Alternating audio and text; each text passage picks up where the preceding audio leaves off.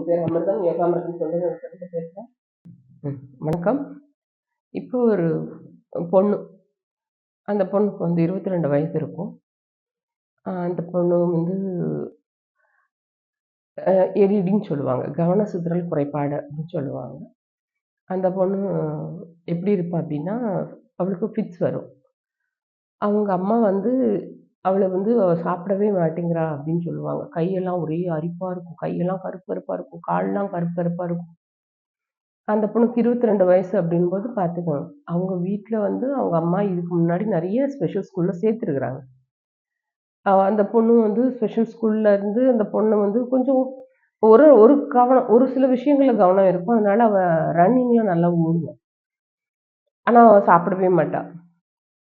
அப்படியே பார்க்கும்போது ஆளு அப்படியே இருப்பா. அப்படியே ஒரு மாதிரியா இருப்பா.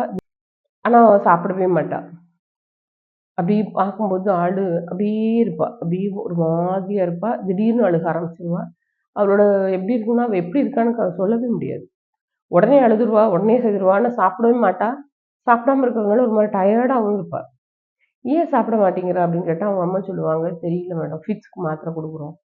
அவ வந்து ஃபிட்ஸ் மாத்திரை சாப்பிடுறா. அதனால சாப்பிடுறதே இல்ல அவ" அப்படின்னாங்க. அப்போ அவங்க அம்மாகிட்ட அவ கன்சீவான கேஸ் எடுத்து, அவளுக்காக ஒர்க் அவுட் பண்ணோம்.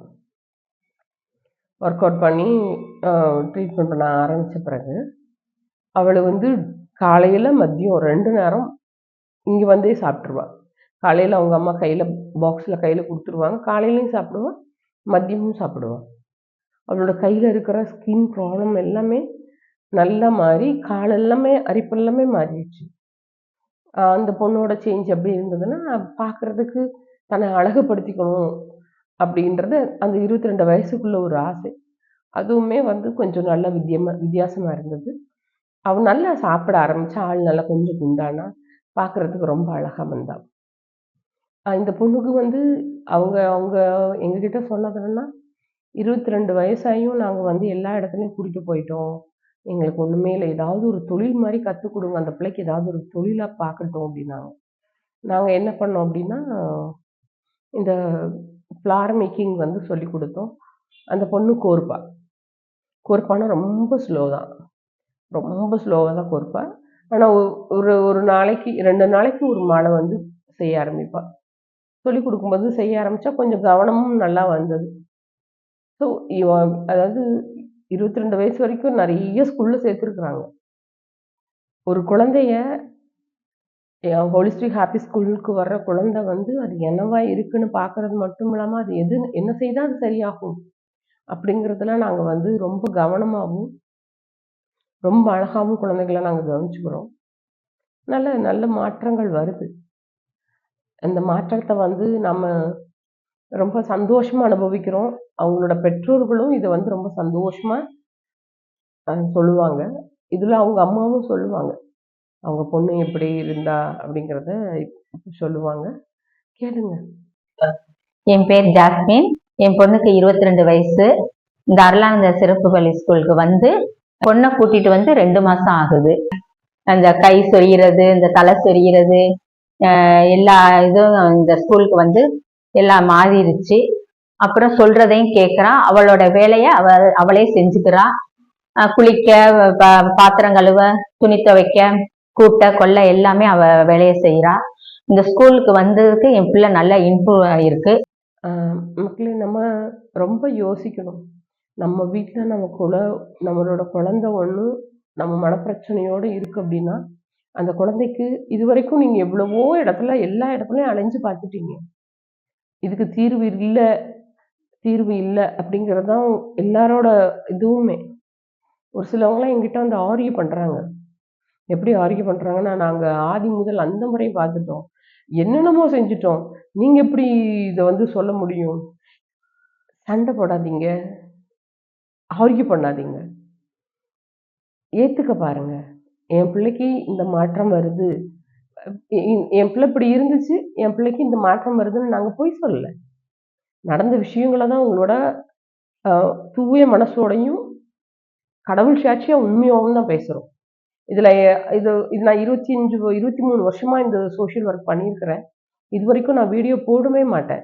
ஏன் அப்படின்னா, கடவுளுக்காக இந்த சேவை செய்கிறோம், நமக்கு இது தேவையே இல்லை அப்படின்னு நான் இது பண்ணிட்டேன். ஆனால் நிறைய சென்டர் வச்சிருக்கிறவங்களோட நான் டிஸ்கஸ் பண்ணும்போது அவங்க என்ன சொல்றாங்க, காய்ச்சல் வந்தா மாத்திரை போடணும், இந்த பிள்ளைகள்லாம் அவ்வளோதான், அது போலதான் இது. நீங்க என்ன புதுசா என்னமோ பண்றேன்னு சொல்லிட்டு தனியா என்னமோ பண்ணிட்டு இருக்கிறீங்க, என்ன மாற்றம் வரப்போகுது, நீங்க பாருங்க, சும்மா நீங்க உட்கார்ந்துருக்க தான் போறீங்க, உங்களுக்கு ஒண்ணுமே நடக்காது அப்படிங்கிறாங்க. இதுக்காக தான், இந்த விஷயத்துக்காக தான் நான் வந்து ஓ இப்ப அப்ப வந்து மக்களுக்கு வந்து இதை பத்தின விழிப்புணர்வு இல்லை, இதை நம்ம சொன்னா மட்டும்தான் முடியுங்கிறதுக்காக தான் இந்த மாதிரியான வீடியோக்குள்ள நாங்க போஸ்ட் பண்றோம். ஏன்னா மக்களுக்கு ஒரு விழிப்புணர்வு வரட்டும் அப்படிங்கிறதுக்காக.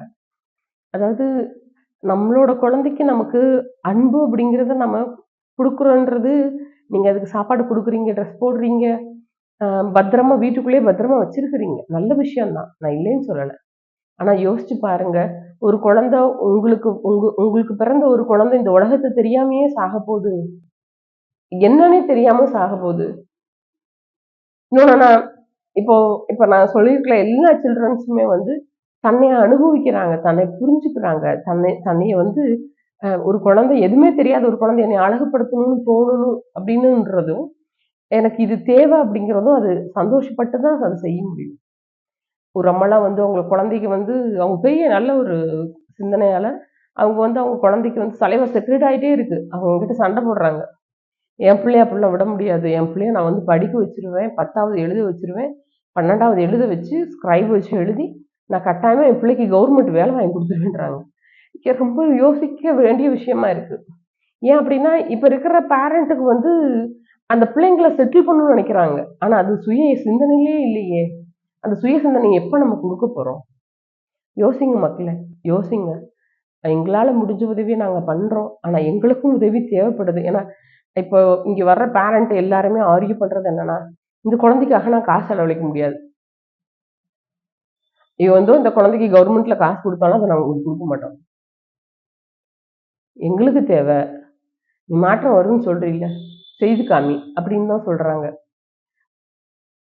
ஒரே ஆளால நிறைய வேலை பார்க்க முடியல, ரொம்ப கஷ்டப்படுறேன் நான்.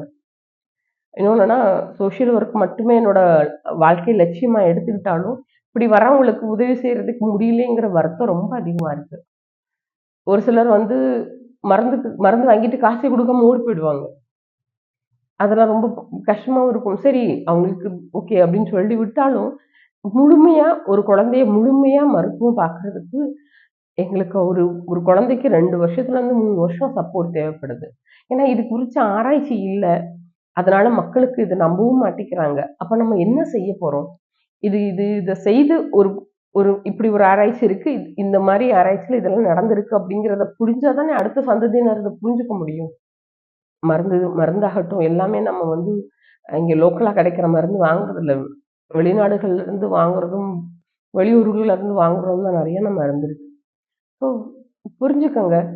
ஆஹ் இந்த குழந்தைகளை பத்தி நாங்க சொன்னதுல யாரோட மனசையும் கஷ்டப்படுத்திருந்தா மன்னிச்சுக்கோங்க. ஆனா இது வந்து மாற்றம் கொண்டு வர முடியுங்கிறது தான் உண்மை, நிதர்சன உண்மை இருக்கு. மாற்றம்ங்கிறது மாறாதது, மாறணும், மனுஷங்களோட மனசும் மாறணும். இந்த மாற்றத்தை நோக்கி பயணம் ஆகுங்க. அப்பனா தான் இந்த இளைய சமுதாயத்துக்கு நம்ம ஏதாவது செய்ய முடியும்.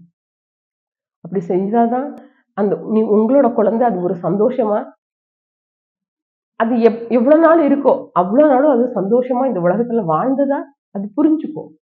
இது என் அம்மா அப்படின்னு ரெகக்னைஸ் பண்ணவே முடியாத ஒரு குழந்தை அது எப்படி சந்தோஷமா இருக்கும்?